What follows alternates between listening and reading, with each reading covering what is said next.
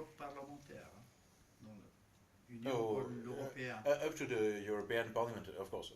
Ils ont payé beaucoup d'argent. Alors ici, si on pense un petit peu, le pays, soi-disant la Tunisie, combien ils ont de maladies du tabac. Nous avons, le gouvernement paye au moins dans les 800 millions de dinars dans un an. So in Tunisia, for example, there are diseases from tobacco smoking that cost up to 800 million dinar, which is huge for. It's a huge cost in the budget of a government. It's a huge cost to decide for parliamentary. Pour les maladies. Yeah, for the diseases cost a lot, even at the scale of a country. Et l'État, combien elle gagne du tabac? Elle gagne l'un tiers, ce qu'elle donne l'État. Un tiers? Un tiers, So, je sais. So in Tunisia, the state, from the tobacco taxes, they get back 30% of that. 30% of that amount they spend in because of the diseases. Alors, ici, pour nous en Tunisie, on est en train de toucher les jeunesses, les jeunes de 13 de plus, parce qu'ils sont en train de commencer à fumer le tabac, quoi. Et donc en Tunisie, le tabagisme, ça commence à toucher les gens à partir de...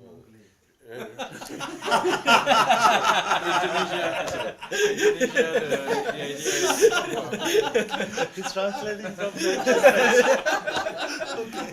I think you're brilliant. So in Tunisia, the smoking begins to touch even the teens at 13 years old. They begin smoking tobacco at this age. Alors, c'est pour le gouvernement, nous, comme une association, on touche les jeunes. Parce que si on touche dans le monde entier les jeunes, on doit arrêter de fumer. On ne peut pas dire vapoter mieux que fumer, mais vous arrêtez de vendre le tabac aux jeunes, parce que le tabac, ça vient après. On commence avec une cigarette et on finit avec du drogue, quoi. C'est ça pour les jeunes. Ça commence avec le tabac et ça finit avec le drogue. Ils vont tester. Chez nous, hein. In Indonesia, it's important to aim the message at the teens, because they are experimenting from tobacco. They are going to experiment tobacco, they are going to experiment other things up to the drugs, and that's the big issue. Yeah. I think on that we should end. Yeah, unless someone wants to. Our cameraman is. Thank you so much. There is one issue perhaps Atakan is the best to explain, because we are talking what happened today and the issues, the problems, but I haven't seen anybody explaining what this COP8, what this is event about, why it's happening, who are there, why it's important.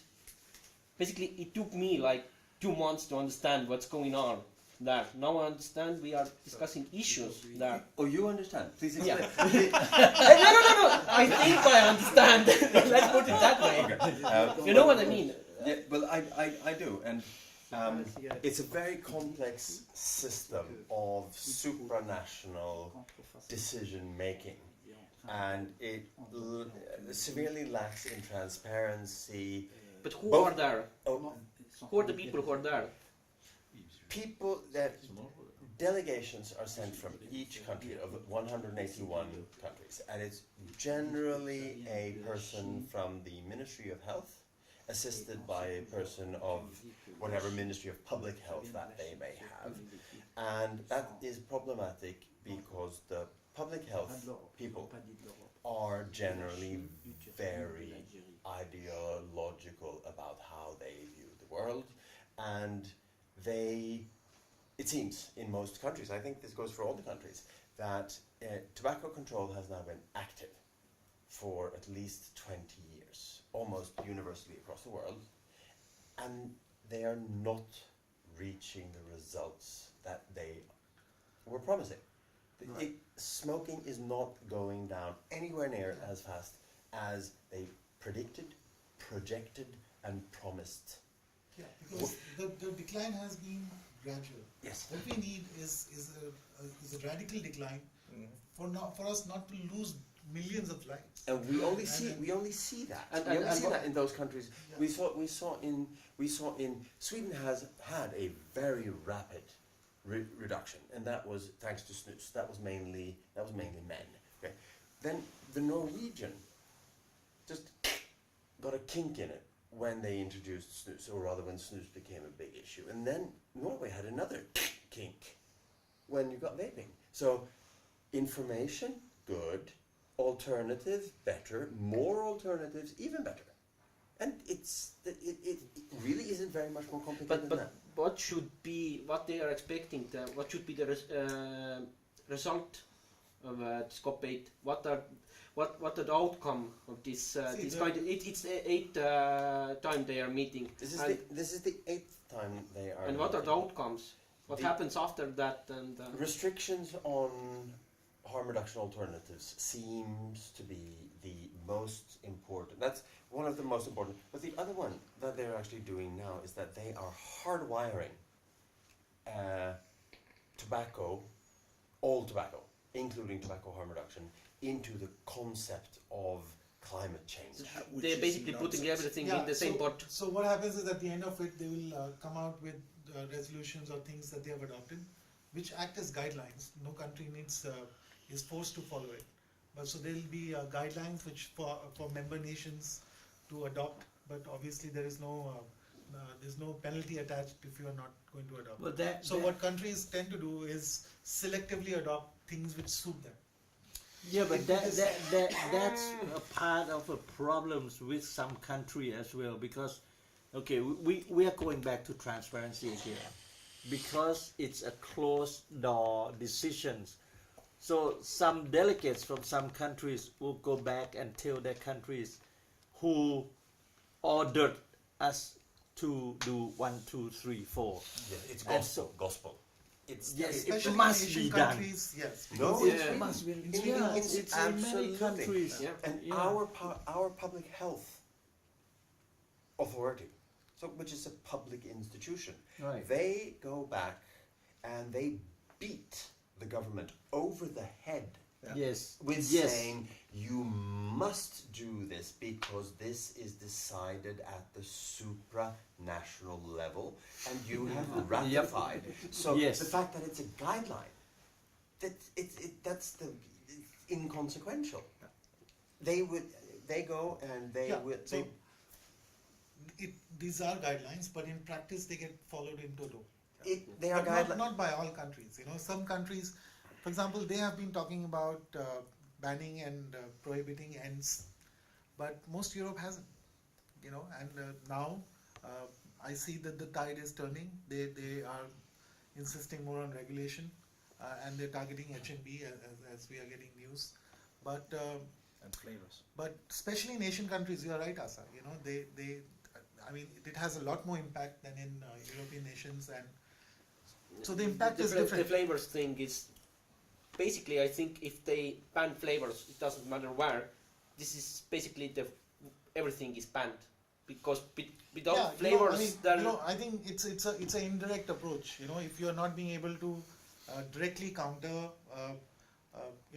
because with a straight face you cannot say that these are not lower risk and harm reduced. All science is pointing in that direction. So you need to find different agendas. You need to find team use. For example, when I spoke to my country delegate, first he denied, no, these are causing a lot of harm. I said, yes, sir, but they cause much less harm You know, so we should. There's a lot of harm reduction. So first he tried to deny it, but then he realized that I also know the science. So then he accepted. Yes, I agree that they are lower risk, but they act as initiators, and therefore we need to ban. So what they are trying to do is find different ways to have an opposition to it, and make access more difficult, or restrict. Yeah, So but, taking out flavors is sort of rendering the whole thing ineffective. Yeah, So but- that- but, But at the how same can you time, they explain allow that? regular cigarettes to stay. Yeah, and and the that's- regular that's- cigarettes are accessible. It's quite Yeah, an initiator of smoking to smoke. And but how do you explain that this discourse around the flavors as nearly any? I think there is one country which is different, but any country that says flavors is bad because it's an initiator of, they accept tobacco flavor. yeah. They force people to vape tobacco. Let's say somebody get hold of a vape, but the only flavor possible is sometimes nothing, but it depends, and tobacco. Isn't that an initiator to smoke tobacco